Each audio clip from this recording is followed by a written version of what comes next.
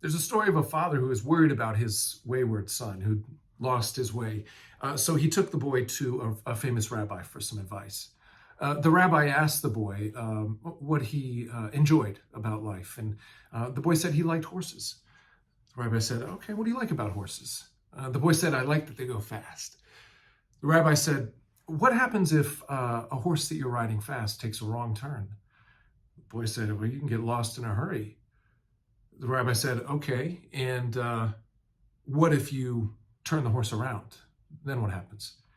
The boy said, "Well, you can get back just as quickly." The rabbi smiled as the boy nodded, understanding what he was getting at. In life, when we take wrong turns, or when it feels like our life is heading in a direction that we didn't plan or expect, sometimes the bitterest decision can be recognizing that we're wrong, we're wayward, that we're lost, and making an about face. That U-turn sometimes can be the most difficult decision in life. We recognize that there will be a cost to turning around. We'll have to sacrifice certain friends that no longer that we know will not be joining us on our path.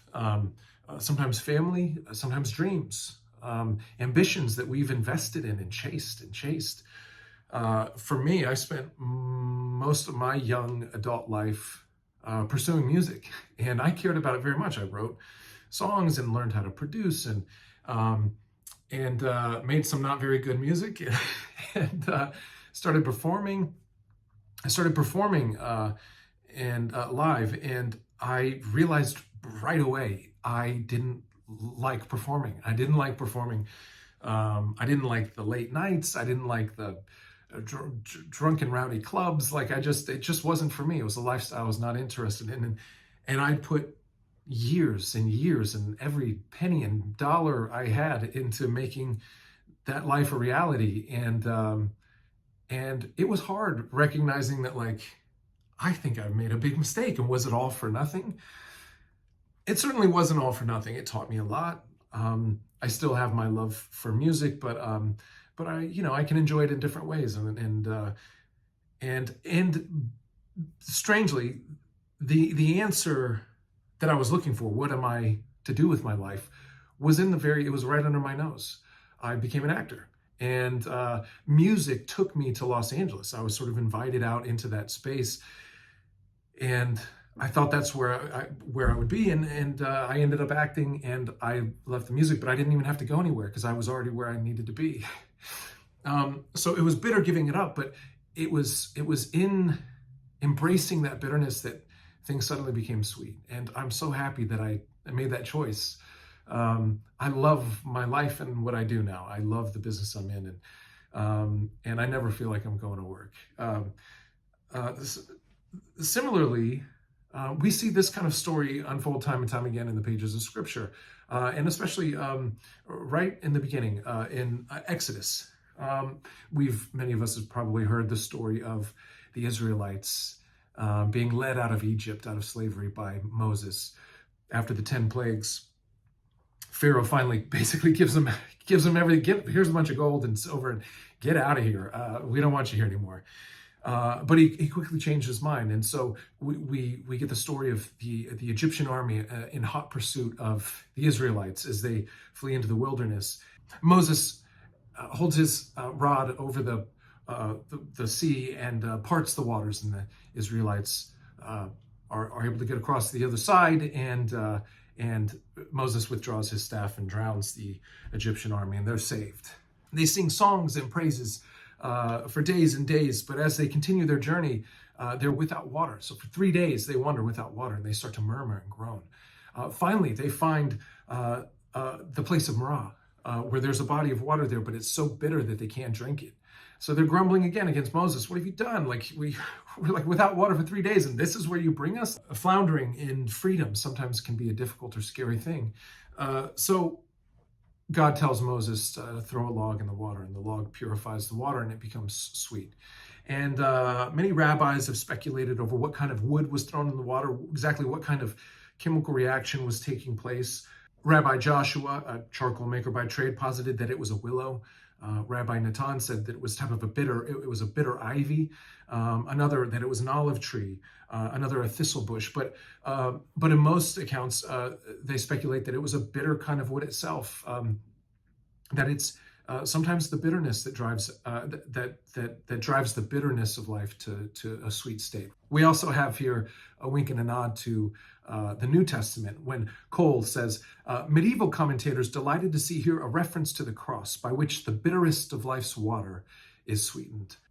The next stop on the journey for the Israelites after this place where they had to invest in ridding themselves of bitterness, of the murmuring, of the anxiousness to return to bondage. The next stop on their journey was Elim, a place of fruitfulness and abundance, 12 springs, 70 palm trees, casting shade. And it was there that they were able to relax and enjoy life just for a moment. No great revelation took place. It was just a place of comfort and abundance. But they had to get through the bitterness before they could enjoy something like that along their journey.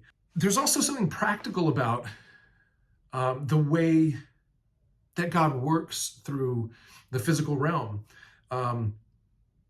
In the same section of Exodus, so we get this. He said, if you listen carefully to the Lord your God and do what is right in his eyes, if you pay attention to his commands and keep all his decrees, I will not bring on you any of the diseases I brought on the Egyptians, for I am the Lord who heals you. So there's a promise that through righteousness and obedience to God, that he'll keep us pure and free from physical maladies, from afflictions, from disease. In Dr. S.I. McMillan's book, None of These Diseases, he notes that God's laws to Israel had a direct impact of hygiene and health. Practices such as circumcision, quarantine, washing and running water, eating kosher, the way that they handled the dead, was a way at keeping Israel free from disease. Beyond medical implications, just the peace at knowing that we're in alignment with our Creator brings within itself a kind of cure, a stress-free, anxiety-free life.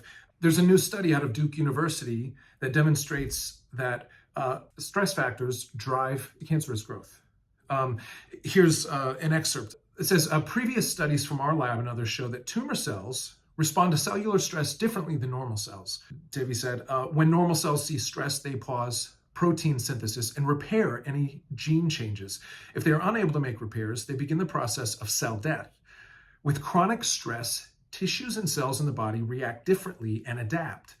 This study explores that process. There's a term called allostatic load, and that describes a cumulative burden of chronic stress and life events that occurs in individuals and even in populations of people. Under chronic stress conditions, tumor cells adapt to develop a high tolerance for stress, avoiding the normal cell death process and continuing to proliferate. 29 of these stress response genes exhibited race-related differences in their activation. It's through poverty, through the high anxiety and stress related to poor race relations, racism, poverty. These are the conditions that create this chronic stress conditions where tumor cells adapt, and apparently we're seeing higher rates of cancer with people under these conditions. It is our responsibility both to rid ourselves of bitterness, anxiety, stress through a relationship with God, and then through a healthy relationship with God. Obviously, we are called to have a healthy relationship with others, but also it's our great responsibility to create a society that is inclusive and cares for all, no matter how different they are, no matter what their political or religious affiliations are. Our job is to relieve the stress and pain points of life that cause cancerous tumor cells to adapt and grow in others, so that everybody has a chance at a fair, free, healthy life. That's our great responsibility. I feel like the church is failing miserably at that today, as we make monsters of others, especially those of different outgroups. I'm sure, gay, transgendered individuals who undergo daily stress just walking out the door, dealing with the hate and resentment from many in the Christian community. That kind of stress cannot be physically good for them. So we have to ask ourselves what kind of world we want to create, and what kind of world we're creating as Christians when we're adding to the kind of daily stress that people live under.